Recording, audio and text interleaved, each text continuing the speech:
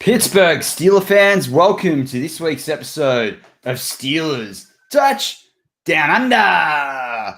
I'm Matt Peverell and I'm joined by my co-host Marky Davison. How you doing, buddy? It's less than an hour to the game. This is your pre-game show. Get pumped. You thought I was going to be all mellow and stuff. No, I'm excited, buddy. The Steelers are on in just an hour. What's happening? We got to imagine like I'm down the sidelines, given the forecast. It's pretty windy down here, Bob. The Steelers got a heavy game today versus the Lions. Could you imagine us on the sidelines? Wouldn't that be fun? Have you seen that English reporter in the Premier League that gets it wrong all the time? Have you seen that guy? They do these cuts to him and they're like, "What's the score?" I always forget his name. He's like, I don't know. And then he has a look. It's great. I can just imagine that'd be you and me. Look at everyone in the house. Like John Madden and Al Michaels. Do you believe in miracles? Yes, I do, Marky D. How's it going, buddy? It's been a fast week. I feel like when we jump on the show, it's sort of like, oh my gosh, it's been a week of my life going like that. Can you believe it? It's crazy. Yeah, it's crazy. And like in the NFL world, we have. This is our first home game too, so versus the Lions, and we verse the Lions as well in the regular season. So who knows what we're going to see with the certain offenses or defenses too. I don't think we'll see too much. I'm pretty excited to see fans in the stands again. It's just it's preseason. It's so weird this year because we have 4 games and everyone else has got 3. So Ben might play 3 drives. Which other starters are going to play? It's really ramping up for us for the big home game against the Bills when you and I have to wake up at 3 a.m. So, yeah, it's all coming a bit full circle. I'm really excited. And because we can't do much in Australia, everyone's pretty much locked down. So, all I'm doing now is going for walks and putting on the football. So I'm happy the football's back. That's it. And Buck Dancer, we saw your message. Thanks very much and hope you enjoy the game. But thank you for jumping in. But Mark, we've also, Devil lives by the term, the early word gets the worm. He's in there straight away. So that's fantastic. We've got Kevin Colbert's father in the house. That's also really, really good. We've got Jesse Moreno. They're at the game right now. Here we go, Steelers. Yeah. W's a W. Welcome, Jesse Moreno. That's fantastic. Joining us live from the game. That's BTS. We talk about BTSC family and regulars and diehards. And if you're listening to us right now, as Bad likes to say, all through the offseason, preseason, you're a diehard Steelers fan. But that's a diehard BTSC fan. That's Jess has his ride or die crew. There's bad company with bad. Mark, I was going to suggest to Mark in the next couple of weeks, we have some honorary touchdown under Australian things because we're going to be celebrating our anniversary podcasts. But Matty, I've got one. Terrific. Ours can be called "The Future Is the Present." Whoa, that's a bit tricky, man. I'll need a few minutes to register that one. Sorry. Is that too deep to go into a Steelers game? Because look, Jesse Moreno is at the game and he's watching Australians in Australia back to the future while he's in the present. I can say he has to. They must have a DeLorean. That's the only thing. They must have a black and gold DeLorean. That's the only reason I'm staying up to date with that one. I don't know. I don't watch Doctor Who, but it sounds very Doctor Who all over the place as well. That's crazy. It's too early for that. It's too early for a deep and meaningful conversation at 8 o'clock. However, we are here to talk about our Steelers, so that's going to be deep and meaningful for sure. That's it. So we want to really focus on the show for today and it's a pre-show for the game today that's coming up in less than an hour. But I just do want to cover off one piece of news this week. We obviously, we talked about Joe Sherbert and bringing him in last week, but also they restructured to its contract. There's money on the table. If you're thinking about what are the Steelers going to do with that money, I invite you to go back and listen to my War Room for this week. I covered off what restructuring to it means for a possible TJ Watt contract and what have you.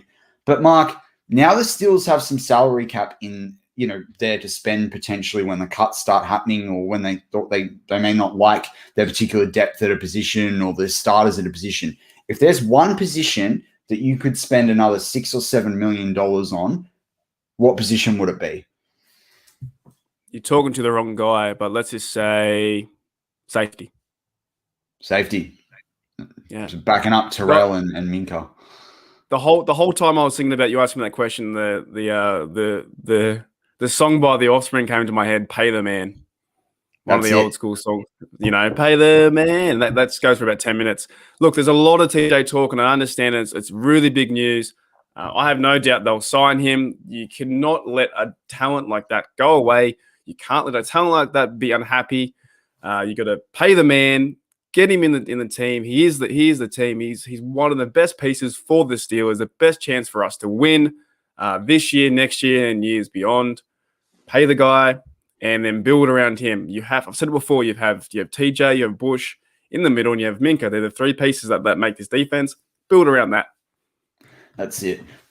Now, we know that we've got Jesse there, and I completely agree with Mark. We've got to sign TJ. We've got to sign TJ. Get it done quickly. Let him play a little bit in the Panthers game. Get it sorted this week.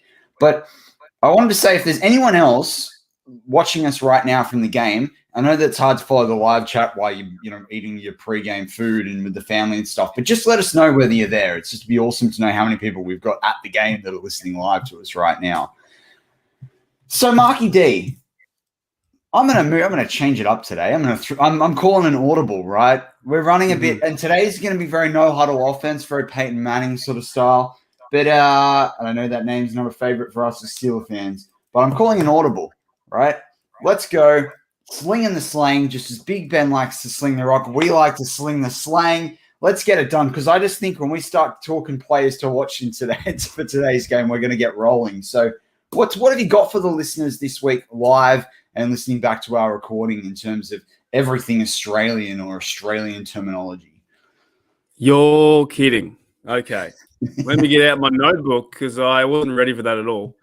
I haven't even got a story in my head to talk about this, but let's just go. You've really done me in. Okay. Mate, this is what the preseason about, right? It's about stepping outside your comfort zone and responding. Look, I hate change, but I love travel. So figure that one out, okay? I hate mine's whippersnipper. Go with that. So I was thinking last week, right? Or all this week. One we haven't brought up, when you cut the hedges, or you do the lawn mowing, and then you have the corner bits. Are we the only country that calls our device to cut the grass on the corner a whipper snipper? Do we? Is that just Australia, or is that in America? Is that what the actual English version is that whippersnipper called, Matty? I don't know what it's called. I don't know either. Whippersnipper is what we call it. Because it's got the whip and it goes. I thought it was a hedge trimmer, but I've just Googled that and it's not a hedge trimmer. No.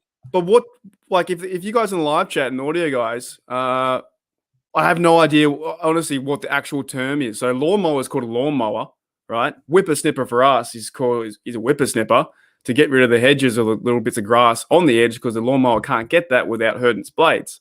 So I don't. They call it a cordless line trimmer, don't they? Oh, here's one. Here's one.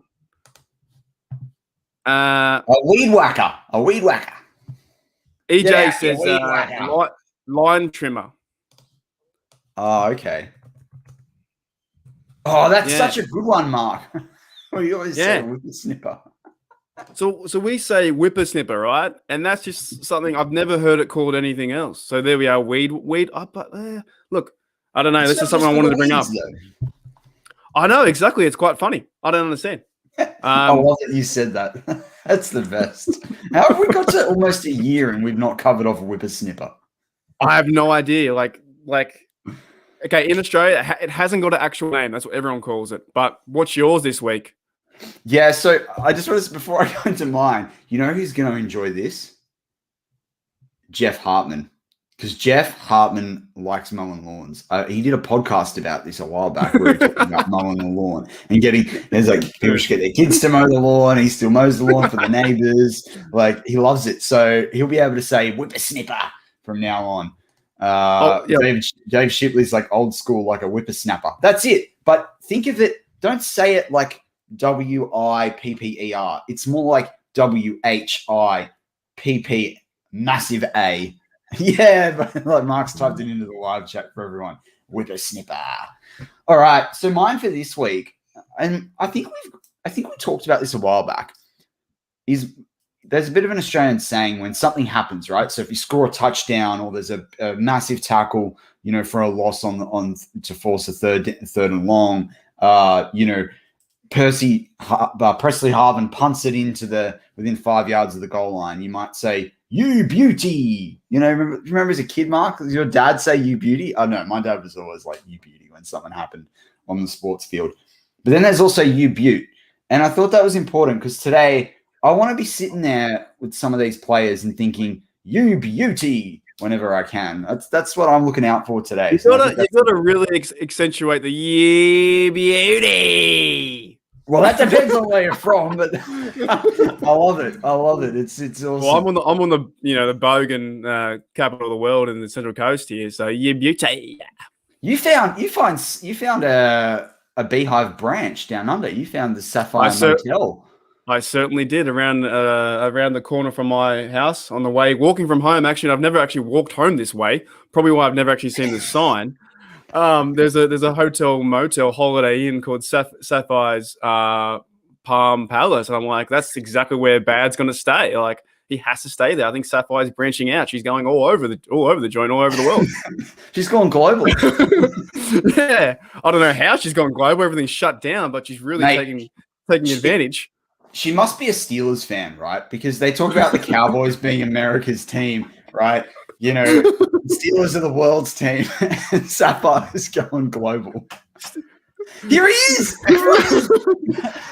Why am I always the guy that you associate with strippers? I mean, gosh, I'm almost 50. I'm a clean, straight shooting, lovable dude. What is this? My spidey senses were tingling. Sapphire colored shirt, bad. I'm wearing my Flavor Town shirt that I got for Father's Day because I call myself Flavor Town when I do the grill, when I'm on the grill. So that's what I'm wearing. Gosh, I'm not. Everyone sends me Sapphire stuff now. Everyone sends me all this. Gosh, I mean, Hartman could go. Schofield could go. I can see the Scobros with dollar bills on their nose. I can see that. Well, Jeff's busy with his whippersnipper. I don't know if you caught that one. Bad. Have you heard about that? Have you heard about a whippersnipper? Bad.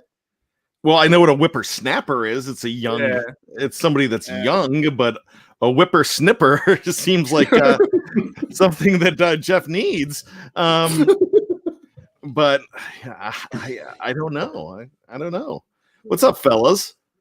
How you doing? It's pregame. We're an hour listening now to the game. It's awesome. Oh, I'm all pumped. I almost went to this game, and I made the decision to stay home, and I would have loved to have gone, but I tell you what, I cannot wait to watch this because this is going to be what we expect the most out of the Pittsburgh Steelers. This is what you kind of expect to see in 2021. You're going to see Ben, for better or worse. I don't think you're going to see him more than 3 possessions. But, I mean, if you can see some good Ben, even if you see one great Ben possession, that's awesome. I was watching the game with Duck Hodges the other day. It was the Chargers and the Rams. And the Chargers came out. They only scored 3 points on the drive, but the opening drive was almost 10 minutes in preseason. I've never seen anything like that. And now if you get like it was a 19 play drive. If you get something like that, then you're going to get that might be it for Ben. I mean, it might be he might be going for the blue plate special down at the Beehive afterwards. You never know. That's it. Now, like, Bad's actually kicked off what we're gonna cover in this first part of the show today. But Mark, so Bad's talked about Ben and an offensive player there to watch, in what will be Ben's first Steelers game this preseason. Who's one of the players you're looking for on the offense to make a difference today? Well, actually, in my notes here that I wrote a few minutes ago, he's my number one. Those aren't notes. Those are like, oh, I better write something on a napkin. Notes. I prepare. I write things down. I have a schedule. I know what's going on. No, he's my number one. I've got Big Ben. I want to see what he can do with this offense. I want to see what he can do with the 5 in front. I really want to see what Najee can do behind him. But hey, look, it's Big Ben back in the house in Heinz Field. You got to be excited about that. You want to see him rip one down the field and stay healthy. Even if he's there for 2 drives or 1 drive or whatever it is, he's kicking it off. This is the. I'm not too sure if he'll play next week, so you just got to go with him. He's my number one. Yeah, excellent. For me, I'm looking at Pat Freiermuth today. I want to see how they use Pat Freiermuth. I want to see Freiermuth make those red zone catches. I'd really love to see him grab a touchdown, but I want to watch him be, whether it's for Ben, whether it's for Haskins, even if it's whether it's for Rudolph. Heck, I don't think he'll be there later in the game. But if for me, it's about Freiermuth. How can he be that safety blanket? How can he make a difference there? And how can we start to see a difference to what his role will be versus Eric Ebron? So that's what I'm really interested in seeing. But hey, we've got a super chat from Dave Shipley who says, "Bad, wear your B jersey and leave your cell at home." You know what? Of all the jerseys I have, I got rid of my Bumblebee jersey. My Bumblebee jersey was Antonio Brown, Mr. Ronald Ocean, and I was mad, and I was getting rid of stuff, and I never get rid of jerseys. I got rid of that. I sent it to the Purple Heart Association, that and my Le'Veon Bell jersey, and they are both gone. I'm like, I should have kept those, but I mean, I donated them, so I don't have a Bumblebee, so I need to go out and get another Bumblebee. But I still have the closest thing to the Bumblebee is the 1933, the ones they wore back in 1994. I've got a Dermontti Dawson with the Pittsburgh crest on the front, so probably have to do that. But yeah, I should probably get a new Bumblebee. My favorites are the Batman jerseys. I love the Batman. I have a Batman TJ Watt, and man, if they go back to the Batman, I'd love it. And hey, did you see I know this has nothing to do with the Steelers, but maybe they will wear these this year when the Steelers play there. Those new Packers jerseys that are the I guess their new color rush. They're all green, and with the gold letters and numbers. I mean, they look sharp. They came out this week. Looks like the Australian uniform, doesn't it, Matty? Yeah. And we talked about this with the Olympics a couple of weeks back. We talked about, how there are some Australian fans that pick the Green Bay Packers purely because they like the green and gold. Whereas Mark and I are like, no, we like the black and gold, and we like a lot more than that about the Pittsburgh Steelers as well. That's really interesting to me because of the flag being predominantly blue with a red in there. And and the white in there as well, and maybe a little bit of, what do you consider that, gold or yellow in there? Is there gold or yellow in the flag, or is it just blue, red, and white? Okay, but we're gonna give you a bit of stick, Bad. We talked about this in one of our podcasts. You're the podcast producer. The reason why, no, I'm just giving you a bit of. Why would I listen to you guys? The reason our colors are different are to represent. They go back to when I think it was the Australian cricket team toured England just before a couple of years before 1900, and basically they wanted different colors because a lot of the teams they were playing there's a lot of flags around the world that are blue, red, and white. Like you guys in England and New Zealand and all the rest of it. And then so they picked green and gold because also New South Wales, where Sydney's the capital of, is blue as our state color. Mark, and then there's Queensland as well that's maroon and red, and then there are a few of the other sort of states and colors. So it was always red versus blue in any of the rugby sports. So when they decided to come together, they originally tried like a maroon and bluey colored jersey. I don't think it looked very good. But then they ended up going with green and gold because the gold reflects our beaches and our natural resources. And then the green reflects like the lush bushland and wildlife and all of that. So that's why they chose to do green and gold. But it is a question that not many people know about. And honestly, I thought we just had picked different colors because we felt like it. But when I went back and had a look at it, and that's why. That's really interesting. Now, I normally root for Australia in the Olympics, but Peverell ruined it for me. But with all that smack talk on Katie Ledecky, one of my Maryland girls here. So I mean, I try to fire him, Mark, on the show and promote you. I actually fired him on Tales from 2 a.m., but it didn't stick. But I did ask for 5 if I can get $25 in super chats to save Matt.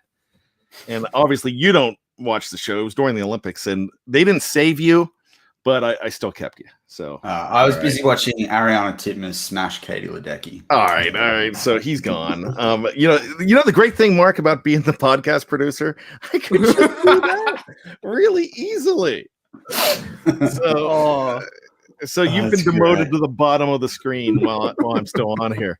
But I guess we should get back to the Steeler game here tonight. You guys, with everybody you've mentioned on the offense, I think probably the biggest for me though is Zach Banner and the rest of that offensive line.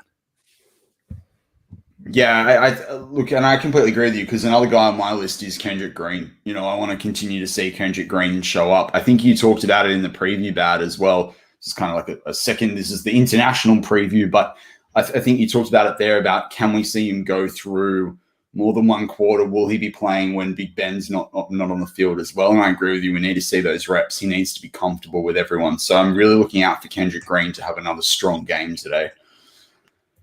Do you have another play? Oh, yeah. Sorry. Well, I was just going to ask you, do you even envision them going anywhere else but Kendrick Green right now? I really feel like they're married to the idea of starting the rookie week 1. I think so. Unless, and this is the thing, unless there's a situation where they need Green at guard for whatever reason, and then as scary as I think this is to say, then you might see Hassenauer at center. But I think it's only if they feel that Green needs to slide somewhere else. But it's his job to lose. He's starting week 1, and I think you're seeing that with this ramping up of him through this preseason. Next week, it'll be interesting to see what they give him when you factor in that we've got a bye after that from the Panthers. So this is the interesting thing to see, because, and you guys talked about it a lot on the preview show around Finney, and, he's not really been trialed at center. It has been Hassenauer. As Steelers fans, we were a lot more confident, I think, in letting Kendrick Green have a crack at it from his tape than what Hassenauer has shown to date. So, yeah, I think it's his job to lose.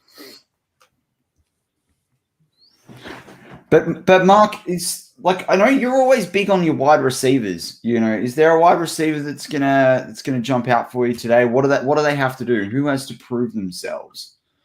So another curveball. It's not part of the script, Matty. You know what? I've been ragging on JuJu quite a bit, and I had a bit of a moment to myself a few weeks ago, and I was like, stop ragging on JuJu. I had to come full circle and like, what am I doing to myself? And I think it all comes down to, I just don't like the word Liddy. I think the word Liddy's so terrible. But I would like to see JuJu have a good game. So I've actually deleted him off social media because I don't want to put the football and the social media together to watch them, both. That's when my I guess hatred would come to JuJu, but I want to see him have a good game, or maybe even like Deontay. It just really depends if Big Ben can sling it and get it to these fellas, and like you want to see points. I think in the first or second drive you want to see points in some nature. If they go 3 and out, oh boy, then we have a bit of a problem. I think heading into the Bills, are we ready for that game? So yeah, if I can get back on the JuJu train, I think to see him run over someone would be great again. To see him do contested catches would be fun again. But yeah, this season I got to start fresh with my JuJu fandom and just leave his stuff to what he needs to do. And he can happily rag me out on this, like we talked about a few weeks ago, if they would rate us after a game. So yeah, I would like to see him have a go. Yeah, nice. Yeah, and I think you sort of had that on air with JuJu. We were talking about him, and you gave him this massive stick, and then you turned to me and you go, I think I'm being a bit harsh on JuJu. That was a great moment of this offseason. It really is. I just don't like that word Liddy. I just think the word's terrible. It's absolutely terrible. Color choices. But Dave Shipley throws another $5 in the tip jar of the super chat. Thank you very much, Dave. He says, I want to see everything. I'm a kid on Christmas Eve. I want to unwrap the presents. Come on, is it Christmas morning? Now, I'm going to ask you, Bad and Mark, and I'm going to go first with you, Bad. What would be the best present that the Steelers can take out of this game? And please don't give me the Dave answer of no injuries. We're not doing that. No, the And this is simple. A 10-play drive culminating in a touchdown. Now, if you've got a drive that culminates in a field goal, that's not a bad thing because it's points. The worst thing is a 3-and-out. But if you can have a nice sustained drive where you mix in some runs with Najee, you mix in the fact that the line's getting push and getting to that second level, you have the tight ends catching some balls, you have Najee catching a ball out of the backfield, and you have some receivers catching the ball. And a guy like Deontay, Claypool, I don't know what kind of action Claypool's getting, or JuJu getting that touchdown catch to start the game. I think that's really what you need.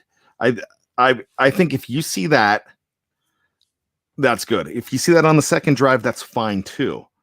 But there can't be a 3-and-out.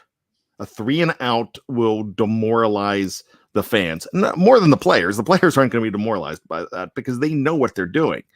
They have progressions that they go through, but I think the better you see Ben do, the less you see him. But you really need to see. I mean, the best case scenario is 10 plays in 7. Yeah. Look, and the only thing I think about demoralization is if Kendrick Green throws the ball way over Ben's head, then I think the players are going to be demoralized. Then we say, all right, 53, we're done for a while. We're gonna change his number. But Marky D, what are you looking at? What's going to be your big present? If you can, what can the Steelers do in this game to make you walk away feeling like a kid on Christmas morning, just like Dave Shipley's feeling at this minute? I tell you what, I reckon seeing a kick return for a touchdown or a punt return for a touchdown and sparking the controversy of who's the number 5 receiver, that would be huge. If whoever brings it back for a punt return touchdown, that would be massive because we know as Steeler heads we're going to think, is Ray the guy or is this other guy who did it, if it's Sexton or whoever it is, then what's going to happen? So, bad covered Big Ben, I reckon it's great to have a two drive 10 plays, and you have to see that. We have to see some success running the ball or throwing the ball. But if a big play in Heinz Field, that's going to create some spark of conversation heading into the last week. And will we keep that player? Because there's another roster cuts coming up for 5 cuts after this week. So anything like that with a big play that puts pressure on the person in front of them, like Ray has the job now apparently, then that's what I want to see. Competition. Yeah, no, I completely agree with you. That's an awesome shout. For me, I think the present to walk away with is I want one of these undrafted, or I'm going to bundle Trey Norwood in that. I want one of these, rookie, secondary players, defensive backs to really put their mark on this game. I want to see which one of them is going to fight and cement their spot on the roster. I think we've seen some good performances from guys like Norwood, and I know that at times Mark Gilbert's looked pretty good as well. I want to see Shakur Brown today. I'm interested to see which one of these players is going to really cement their spot on the roster, not the practice squad, but the actual 53. So yeah, I'm looking for who's going to make that key pass breakup, who's going to try and get that interception, who's going to make that diving tackle, who's purely not going to miss a tackle. I think that's really important for me to see out of this game, is that present. But look, that wraps up part 1 of this week's Steelers Touch Down Under. I'm Matt Peverell, joined by my co-host, as always, Marky D, with a guest star of Brian Anthony Davis, the big bad. I think he's got I think there's even a dog joining the show. We love dogs on the show. This is awesome.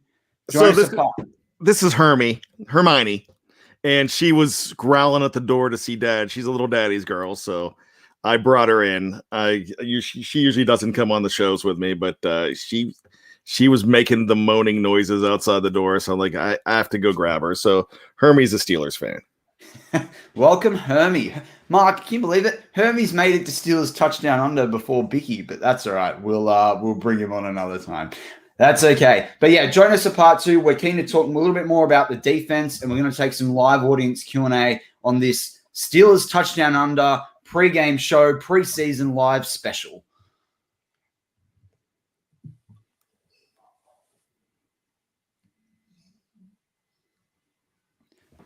And we're back on Steelers Touchdown Down Under. I'm Matt Peverell, joined by my co-host, as always, Marky Davison, with our guest star, Brian Anthony Davis, as we preview this game against the Detroit Lions. Now, if you happen to have stumbled onto part 2 on the audio side, firstly, I want to say good on you for listening to a pre-game show after the game's finished. But all the rest of it, please go back and listen to part 1 as well. We moved Sling on the Slang for this week. We had a really interesting entry from Bad. We heard about the Beehive's global expansions. But look, let's get into the rest of this preview again ahead of the Detroit Lions game. We talked about a couple of players there on offense in part 1. We talked about some surprise things, and I talked about, the secondary players, the undrafted guys, and me wanting to watch out for those guys. Mark, what are you hoping to see on defense as a unit for the defense as a unit out of today's game? As a full, okay, that's a good question. As a full unit, I want to see them stop the run. I want to see them run down and get in their face, and whatever Lions guys holding that ball, I don't want to see them get any 10 yards, 20-yard runs. I want to see them stop the run. I want to see Antoine Brooks come down in the box. I want to see the safeties come down in there. I want to see the new bloke, who's like the Sherbert come down and light someone up. It has to be Sherbert. Yes, I did. Marky D, did you have a few Sherberts last night? There might be some more Australian slang. Well, I'm having one in about 20 minutes when I go live on the page. Now, look, I just want to see them stop the run. Like, this is the game where you're going to have your starters out there. The Lions have their starters, but are the Lions are really in contention for anything in the NFL? They haven't won since 1940, whenever. They're not a good side. They're coming to Heinz Field. I don't care if it's preseason. You got to run in there, and Jameer Jones and guys like that got to smash them. So it's stopping the run for me is number 1. Yeah, awesome. How about you, Bad? What are you looking for from the defensive unit in tonight's game or today's game? It's weird because we're from the future. It's today, but for you, it's tonight. First of all, Sherbert for us is just a refreshing treat, and it's non-alcoholic. So I guess Marky D is saying no, it's not. So I mean, I need to hear about that. That's wow. I did not know. It's like we've used it before in that Sling on the Slang. Having a few Sherberts means like having a few beers. You go out your mates had a few shit. Oh yeah, there's words for beer. Sherbet's more like cocktails and like a vodka orange and stuff. Right. You remember but Mark was using the slang there because we sometimes say we're going to go out and have a few beers, and you start off with one beer and then you migrate on to the rest of the other alcoholic beverages. So even beer is a slang word in Australia. Yeah, but I'm on the Bogan coast too, so Sherbet is like actually that's what I'm like. I'm not a real. I don't know. It's weird. I'm a country guy, but I live 5 minutes from the beach, and I don't surf, and I love American football. I don't know who I am at the moment, but yeah. See, Stacey Lynn's got it. Sherbert is like ice cream here, and that's really what it is. It's just ice cream, but it's not as creamy because it's fruity flavored. So very interesting. But to answer your question, yeah, I don't want to do what Marky D called him Joe Sherbert, but I think Joe Sherbert is really the guy that everybody wants to see. Now, don't expect him to go crazy and do everything, but it was really nice back in 2014 in their preseason game against the Buffalo Bills when you had the debut of Ryan Shazier and he took one to the house in Heinz Field, and it would be absolutely amazing to see something like that. Just if you can see the middle of that defense tighten up just a little bit. And remember, Mike Tomlin said, we're not going to show you anything on defense. They're just wanting to see what the defenders can do. So I guess in his mind, these long drives and seeing how they react to different things is probably giving them a blueprint to where they need to go and what they need to teach. So I never thought of that before, but when he said that last week, I was like, it was kind of an aha moment for me. But, I want to see some more guys get to the quarterback. Of course, it seems like Alex Highsmith, every game he plays in, he's going to get to the quarterback in the preseason. He is, I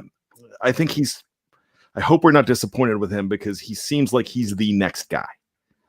He seems like he's the next great pass rusher, and man, you pair him with TJ, you've got something, because we didn't know what we had in another 56 back in 2007. We didn't know Lamar Woodley was going to. I mean, he was a second round pick. even though he seemed like a second-round pick, Highsmith was a third-round pick. He was the second Steeler picked in that draft in 20. But it just seems like he reminds me a lot of Lamar Woodley, not as thick, but just like a pass rusher extraordinaire, somebody that's going to knock him down. Then you had Debo on the other side, and just like this, you have TJ and you have these guys on the other side. It's nice to see guys like Quincy Roche. It's nice to see guys like I believe Mark mentioned him, Jameer Jones. I love this guy. And I'm really hoping they make some room for number what's he wearing? Number 40. Is he 44 right now? Yeah, he's 44. So I mean, I'd love to see them make room for him as well. But you know, you've got to remember these guys that remember how awesome Tuzar Skipper was in the preseason that year, because you see more of them in those situations. So, but it seems like he's got a lot more pop than anybody else on the field right now. But is he playing against guys that will be looking for work, looking to Canada, looking to the next XFL or whatever you have? Who's he playing against? But I'm that's what I want to see on defense. I'd like to see some more James Pierre as well. I'd like to see Cam Sutton. I'd like to see that kind of shakeout and see what we have going on there. But I think what we've been seeing from some of these young guys, I think it's really good. Everyone who's talking about Jameer Jones as their Isaac Redmond type award winner, the guy I'm hoping for and loving. You mentioned Shakur Brown. You've also mentioned this guy, but Mark Gilbert. I love this dude. I really think that he is the real deal. And we talk about the fact that he's only played a handful of games in college at Duke. So if you're playing at Duke, you're not dumb. You know, you're definitely not dumb playing at Duke. He seems like a smart player. His coverage in the ACC was absolutely fantastic, but I think he only played 5 games the last 2 years because of health. But it looks like he's up to snuff right now. So I would love a guy like that to make the team. I think he could be a future guy. You go, Matty. I was going to say, and he also comes from that pedigree too. He's got uncles, in Terrell Reeves. So, I'm sure he's had a bit of help on those sidelines. And I think it does help when you're a cornerback as well in terms of learning that and some of the skills in marking up against people. I know Jeffrey Benedict talks a lot about the things that Joe Hayden can do that refs are never going to call. They're the sorts of, tips and tricks that I think when you've got family or close relationships with people that have played in the NFL, they're particularly beneficial. And I think that the defensive back positions are a really position that benefits from some of that. But Mark, you had a piece for that? Just going to say that this might be his game where you're talking about a big play. This is perfect for Gilbert, number 17, and the other number 17's gone now, I think, on the offense. Yeah, Isaiah McCoy. And I think McCoy was the one who fielded the return and ran about 40 yards backwards. So you just can't do that. I don't think it wasn't Gilbert returning the football, was it? No, it was Isaac. Had to be McCoy. Isaiah McCoy. Excuse me. Yeah. Look, if this player Gilbert comes out and does some really big things today, plays good in coverage, gets a pick, and puts his name in front of the coaches, then hey, that's exactly what you want out of this game. That's another takeaway where it's creating that competition and saying, hey, look at me. Because people, I think fans now really, they're starting to understand the appreciation of preseason games for these young guys who are trying to get into a team. And that's what it's all about. And you've only had 3 games now, and then in the coming seasons, it might be only 2 games. So, but they're all playing for a spot. And I think there's something different about being at home as well. Like you're more relaxed. It's your stadium, it's your fans. So there could be a big opportunity for Gilbert to get an interception and run away with it, or light somebody up. You can't hit him too hard now, but there is big play opportunities which can really win the game or turn the tide. Well, that's an interesting piece that you bring up there, though, Mark, around playing at home, because we know that the Steelers have run training camp out of Heinz Field and their training grounds as well. It's not been up at Latrobe. So there's a lot of younger guys who are going to actually probably feel a bit more relaxed at home, that are going to probably feel the ease of that pressure. There's also going to be some guys like, the draft class that we had last year where for some of them, this will be one of the biggest crowds at home that they've, or if not the biggest crowd at home that they've played for and played in front of. Like, do we see a Renegade? Is that going to be, how massive? We've talked about that before, how Renegade, with no fans in the stands, whether that means much and what have you. So that's going to be interesting to see how they can respond to that. But I want to go back to a couple of things that you guys talked about there. Joe Sherbert, for example, I'm really interested to see with him what a pairing with him and Buddy Johnson could look like. Whether we see that in this game, I don't know. But I definitely, since that we drafted Joe Sherbert as well, I've sort of thought, well, what about when Devin Bush isn't on the field? I'd love to see what he looks like with Buddy Johnson. I'm really interested as a fan just to see what that pairing looks like. But if I go back to one of the things you said as well, Mark, there about stopping the run, I'm really interested when we talk about the defensive units to perform. I want to see what the guys at the defensive tackle and defensive end position are doing. And guys like Carlos Davis, Bad's illegitimate son, guys like, Isaiah Loudermilk, I want to see, can Bugs actually put up a fight for his spot here? I want to, and you know what, Mark, I've talked to you about him before and how I'm not supportive of him in Henry Mondeau. After listening to Jeffrey Benedict on the cutting room floor this week and hearing about Mondeau and what he does and the role he actually plays, you know what? Heck, I'm even inspired to watch Henry Mondeau in this game. I never thought I'd say that. I've been listening to that, and I agree. I reckon Jeff could convince me to go commit robbery somewhere. Like, he's got that calming, soothing voice, and then really, I'm like, do I like this player? Like, I like Trey Edmonds now just from watching the film and for how he talks about him, but I'm exactly the same. With Mondeau and Loudermilk. Do you realize that when we put that show together, that it was we talked about it, Dave, Jeff, and I, we definitely wanted to give a vehicle to Jeffrey Benedict because he is great with that stuff. But we talked, and it's one of those situations, and when you're talking about trying to do film room on an audio show, that it's going to be so difficult. But man, has this guy pulled it off. I love it. He pulled this off completely. It is a clinic, and listening to that is absolutely fantastic. If you guys are just checking out these shows that we have here on Facebook and YouTube, then you're missing out on all of the stuff that we have going on the audio side. The Jeffrey Benedict from the Steelers cutting room floor on Tuesdays when that drops is absolutely, it's tremendous. So definitely check it out. And you guys are definitely right. I'm looking at these guys and I'm thinking, oh gosh, I'm not realizing that, because he was talking about in his inaugural show, he was talking about Chris Wormley, and I'm getting excited about Wormley. And we don't know what's going on with Tuitt. We might be seeing a lot of Wormley, and now I listen to Jeffrey Benedict. I'm like, okay, that's fine. We're okay. It's almost like he's endorsing these guys and saying, it's okay. Do not worry. But yeah, I got to say, as someone that's got 2 podcasts as part of this Behind the Steel Curtain platform, and that's an absolute honor, man. Jeffrey Benedict, if you could hear his voice instead of a lot of the audiobooks, if you like audiobooks, Jeffrey Benedict, when we talk about smoothing, like, I struggle to listen to audiobooks, but man, if I had Jeffrey Benedict reading them, I would listen all day. Like, it's terrific. It's actually, he really talks it through. And you think about a show about on the cutting room floor, and you're talking about film and what people are doing. And Bad's exactly right there. The way that he breaks it down and does it, you do not need to think it's going to be overwhelming or anything like it. But part of our big pump up for the game, it's in, less than 20 minutes time. Mike and Mary Hoggard said, got milk? We got Loudermilk. All right, this has got to be on the list for the next set of T-shirts. So we need to talk to Jeff. I love that. And Michael O'Malley, who's a regular for us, says, g'day, Matt, Mark, and Bad, and also all the BTSC family. G'day, Michael. Hey, could I address something real quick? Sure. I do want to address something. I believe it was Brian Brown who said it, and I'm going to bring this up. We should do this after the game. Yeah. Games on NFL Network. Well, there's a post-game show.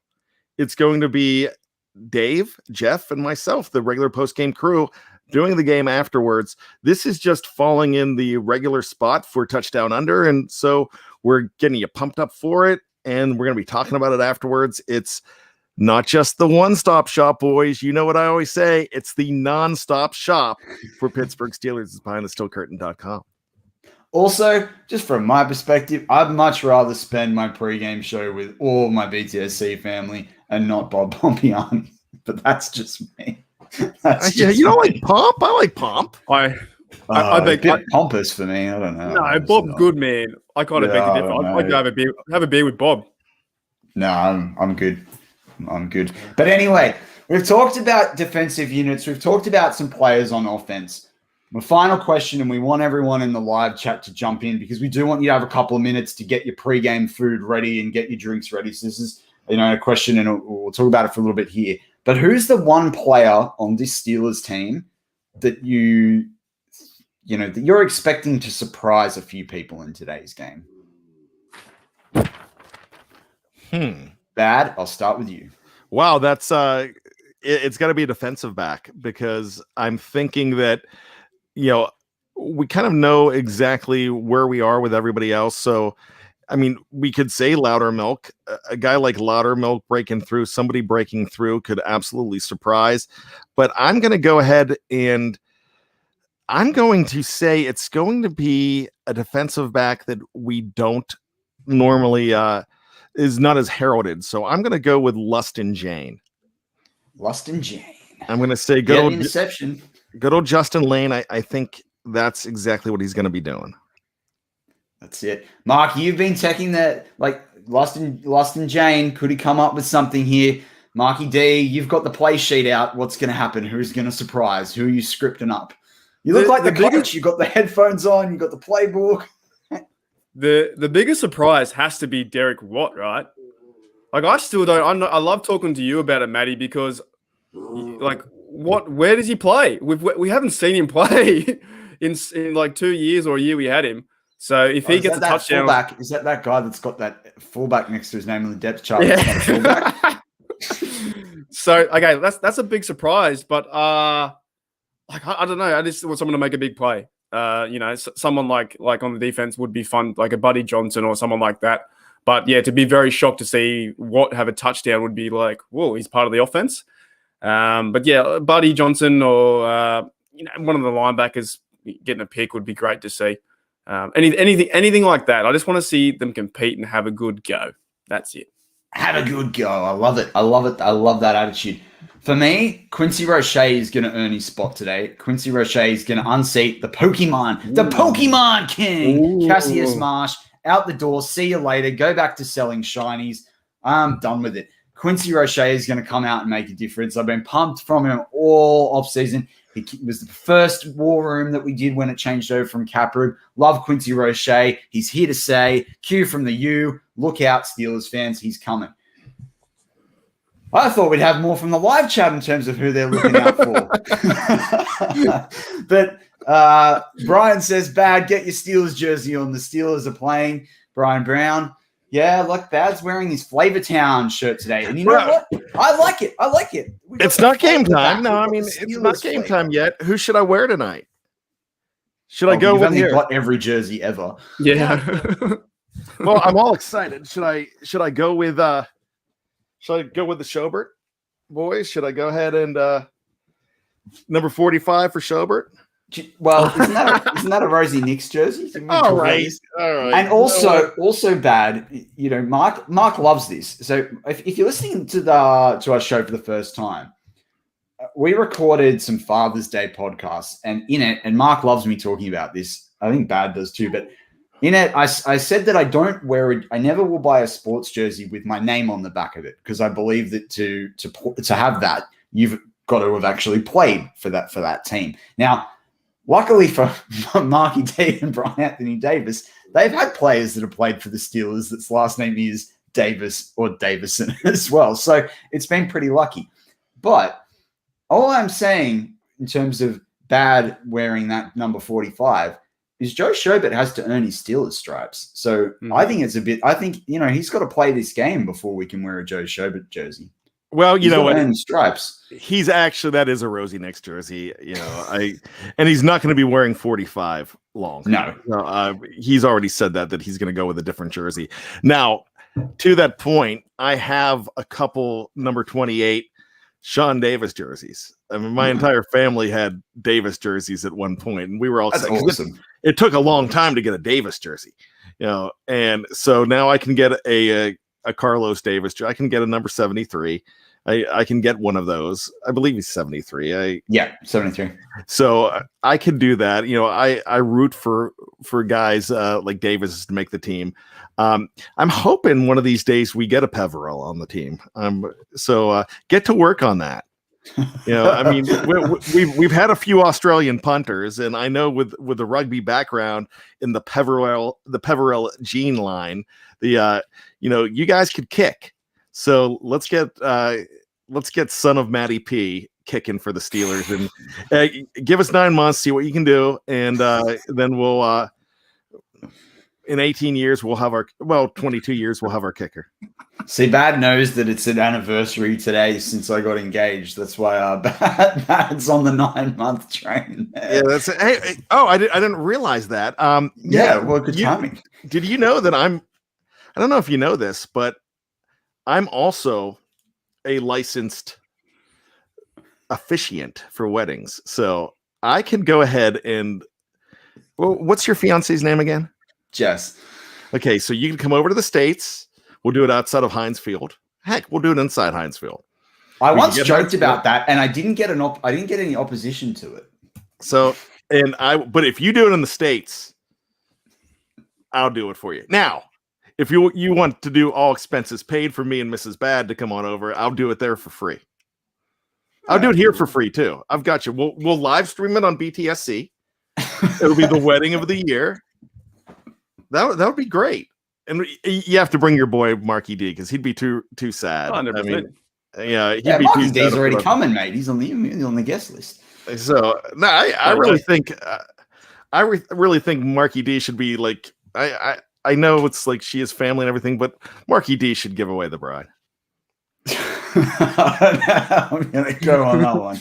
But I'm going to bring up, we have got a super chat from Shield, so we'll bring that up. But Mike and Mary Hoggard says, Dan the Man Moore going to step up and show why he deserves LT. I'm on that train. Bad actually asked me on the Slack channel a few weeks back. He said, how many players from this draft are you actually on to do well, like to really make a difference this season? And I started listing them off, and Dan the Man Moore was probably the unpredictable one there. And I remember you saying to me, Bad, you've got like more than 4 players from this draft class that you think are going to be potential starters. And I was like, yes. And so it's been exciting to watch Dan Moore step up.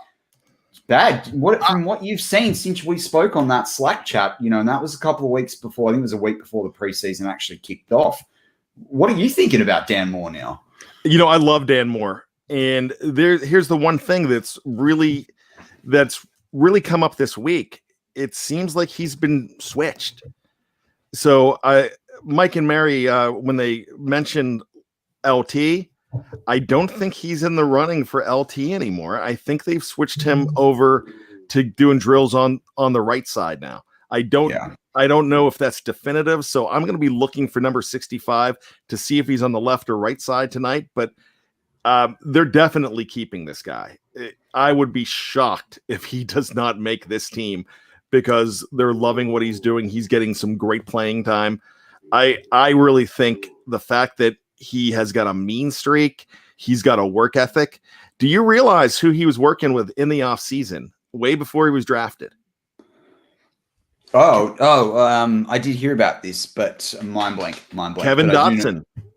Oh, right. Okay. Kevin I think that Dotson one of the coaches, because I heard about one of the guys who was working from the coaching side. No, Kevin Dotson and Dan Moore Jr. were working together in the offseason before he was drafted to the Pittsburgh Steelers. So that's a really big thing. Well, actually, no. I'm sorry. I completely screwed that up. It was Kendrick Green.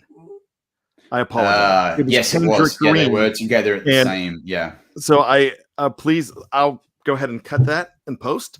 We'll go ahead and get that completely out of there. So let me just say that again. Hey, Mark, Matt, do you know who he was working out with in the offseason? It was actually Kendrick Green. Oh, I heard it was Kevin Dotson. So I'm shocked. That's awesome. And The with that, magic of editing, my friends. and with that, we're back. And Shield91 threw $5 in the tip jar. And he says, I guess it finally pays off to be here in Michigan, but I'm stuck with the Detroit coverage. Cheers, mates, and bad. Go Steelers. Well, you don't have Detroit coverage when you've got BTSC. I think, but good on you, like out there in Michigan. Well, NFL Network's doing it, but they might not allow you to have it in Michigan. You might have to be stuck with the Detroit coverage. So you might be able to, or you could always do. Oh, listen, Hermie's yelling in the background. She wants to get her 2 cents in. I apologize. So that's a possibility. But something I love to do over here in the States is sometimes I love to just turn down the announcers and go ahead and put on Bill and now Wolf, with Tunch being out of the equation now. I'd love to put those guys on. And I used to do that with Myron back in the day, always turn it down. But sometimes that's hard to sync up with the TV. But that would be great. But no matter what announcers you get, it's going to be great for you to get a chance to watch them. So that's awesome. That's it. Jeffrey Benedict says Hermie's ready to defend the Steelers. So this is is Vicky. Vicky will be right in there with it. We talk about that a lot. This is the second generation of dachshunds that we had. The very first ones were these, of course, were named after Harry Potter characters, but the first ones were Heinz and Palomalu. And Heinz was actually spelled Heinz, but it was Heinz Ward Davis. And my wife would be yelling at Mrs. Bad would be yelling at him because he'd run down the street chasing another dog, and she'd say, "Heinz Ward, get back here!" And everyone thought she was crazy. And then we had Polly, so we had Heinz and Polly was Polly was our little girl, and so Heinz and Palomalu were first. They both passed away right before playoff games, actually. So, but we have Hermie and Luna, and they're carrying on the Steeler tradition, watching games with Dad. I love it. I love it. That's awesome. That is absolutely awesome. Look, we want to give people a couple minutes to get some drink and some food before the game kicks off. Final thoughts, Brian. What's going to happen? Give us a score prediction. No. And the reason I'm not going to give a score prediction because I don't care about the score as long as it's not a 35-6. Like we've seen the last couple of days, we've seen some. 35-0. The Patriots win the other night. In preseason over Philadelphia. I mean, that was absurd. All I care about is number 7 looking good. Nobody looking like a concern. Of course, no injuries, but just everything being like, I want the nod of approval. That's the scoreboard that you need to look at tonight. You need to be like, okay, it's all coming together. You need the A team. You need Hannibal Smith, played by the great late George Papard, saying, "I love it when a plan comes together with a cigar." You're like, yeah, that's what you need out of this game. So, I could give you a score, but it's going to be, unless you're Michael Beck betting on the game, which I think he is. I think he's absolutely betting on this game, which don't bet on preseason. That's why, he's not married yet. He's not going to be betting on preseason games after he's married. He's not going to be betting on anything after he's married. I'm allowed to bet. I get told to bet more because I win. Okay. Well, yeah, but you've got the magic touch. But but when you go through that losing streak that you do, I know I've been through one recently. Recently. I stopped for a little while. I put a stop to that one. But if Jesse Moreno is still listening live from the game right now, because he and his family are at the game, can you speak to someone about getting a little bit added to the scoreboard that's going to have bads not of approval, and then at the end of the game they can put up a big 1 if there's a nod. Marky D, what are you looking for? We've got to close this out. We've got to let people get their drinks, get their foods. What are you going to leave us with? Basically, just the Steelers got to turn up and play hard. Dave says and everyone says here, I'm really keen for the competition. Like, this is the time right now. If I was a coach, I'd say, look, just a preseason game. No way, Jose. This is the game where you wear your black and gold and you turn up and you punch someone in the mouth. This is what you need to do. You need to bring it. You need to get all that rage out from the Cleveland Browns debacle where we lost everything, and you got to hammer it down their throat and just got to win. I don't want to see any points, maybe under 10. I want to see Big Ben have a go, maybe get 80 yards. But I think Najee's going to play really well today. I think this is the game where you're at home, put a show on for the fans. Let's get it done.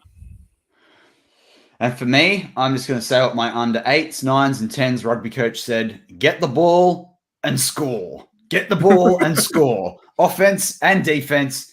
That's Steelers touch down under. For this week, I'm Matty Peverell with Marky D, with guest show Brian Anthony Davis, or guest star Brian Anthony Davis, and Hermie too. Mark, as always, go Steelers.